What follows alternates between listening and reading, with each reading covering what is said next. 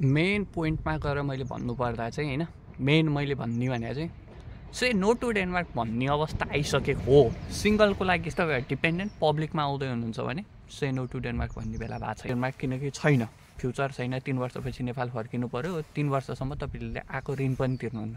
That's the त्यो हो कुरा होइन। तर इफ तपाईँहरू डिपेन्डेन्टसँग हो भने चाहिँ हेलो सबैजनालाई होइन, सबैजना सन्चै हुनुहुन्छ होला होइन। अनि म फेरि पनि प्याक आइसकेँ होइन। आज चाहिँ यस्तो यो विन्टरमा पनि मिठो घाम लागेको छ कि होइन। अनि घाम लाग्दै घाम ताप्दै होइन, काम कलेज केही छैन नि त, बसिरहेको छु। अनि घाम ताप्दै मिठो नयाँ ताजा अपडेट लिएर आएको छु होइन। हुन त अपडेट पुरानो हो, तपाईँहरू सबैले सुनिसक्नु भएको, सबैलाई थाहा होइन।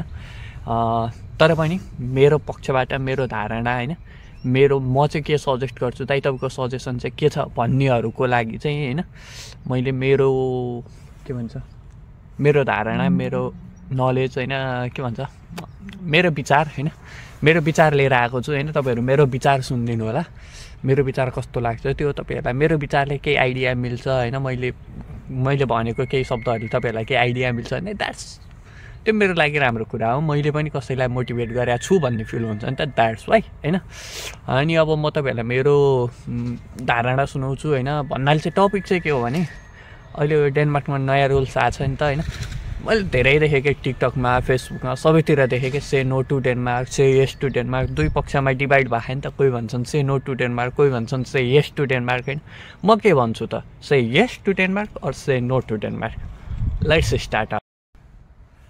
अनि अब स्टार्ट गरौँ है त। मैले स्टार्ट गर्दा चाहिँ मैले तपाईँहरूलाई कहाँबाट स्टार्ट गर्छु भन्दा, मैले तपाईँहरूलाई पहिले पनि एउटा भिडियो बनाएको थिएँ होइन। डेनमार्कमा चाहिँ एज ए स्टुडेन्ट होइन सर्भाइभ गर्न सकिन्छ कि सकिँदैन भन्ने टपिकमा मैले एउटा भिडियो बनाएको थिएँ होइन। हजुरहरूले त्यो भिडियो हेर्नु भएको होला होइन। त्यही टपिकमा रिलेटेड छ भन्नाले चाहिँ त्यो टपिकमा मैले जस्तो कुरा गरेको थिएँ एज इट इज होइन, त्यस्तै हो। मैले भन्न खोजेको पनि त्यही हो। म चाहिँ त्यही रिलेटेडमा जान्छु।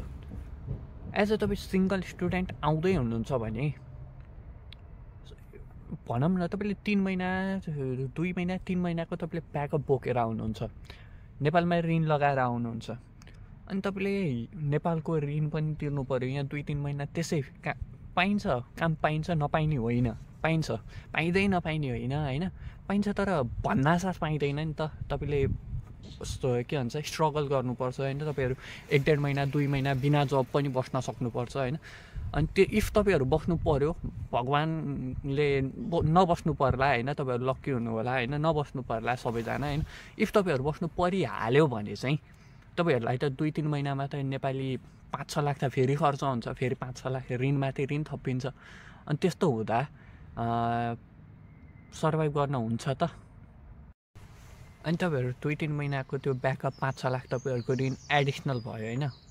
अनि त्यो ऋण तिर्नु पऱ्यो। तपाईँहरू 1 वर्षसम्ममा त 2-3 महिना तपाईँहरू त्यसै बिना काम बस्नु भएको हुन्छ होइन। अनि त्यसपछि काम स्टार्ट गर्नुभयो, नेपालमा ऋण तिर्नु पऱ्यो, आएको त्यो 20-25 लाख ऋण तिर्नु पऱ्यो, प्लस तपाईँहरूले यता 1-2 महिना बस्दाखेरिको त्यो एक्स्ट्रा लाग्यो। त्यो सबै इफ तपाईँहरू कभर गर्न सक्नुहुन्छ, तपाईँहरूको नेपालमा ऋण लाग्दैन। तपाईँहरूलाई भिजा चाहिएको, मैले एउटा भिडियो पनि देखाएको थिएँ, मलाई त्यो सही लागेको थियो।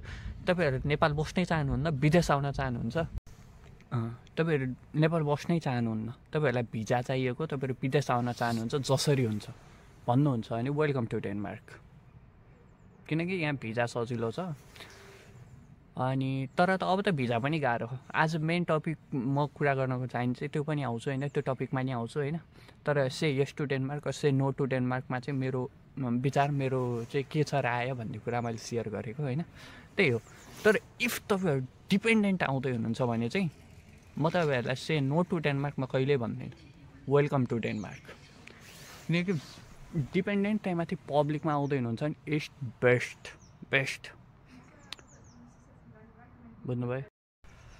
अनि अहिलेको न्यू अपडेट, न्यू रुल्स चाहिँ के हो भने, के मिनिस्ट्री अफ इमिग्रेसनले चाहिँ के भनेछ भने यो हुन्छ नि हातमा काम गर्नेहरू होइन, त्यस्तोहरू चाहिँ सबै नेल्स प्रोकबाट पक्रिएर छ। अनि त्यस्तै भनौँ न, त्यस्तो त्यो नराम्रो काम गर्नेहरू होइन, त्यस्तो अनि लेबर मार्केटलाई इफेक्ट गर्नेहरू चाहिँ सबै एसियन भनौँ नेपाली रहेछ, नेल्स प्रोक आएकाहरू रहन् भनेर भन्न खोजेर।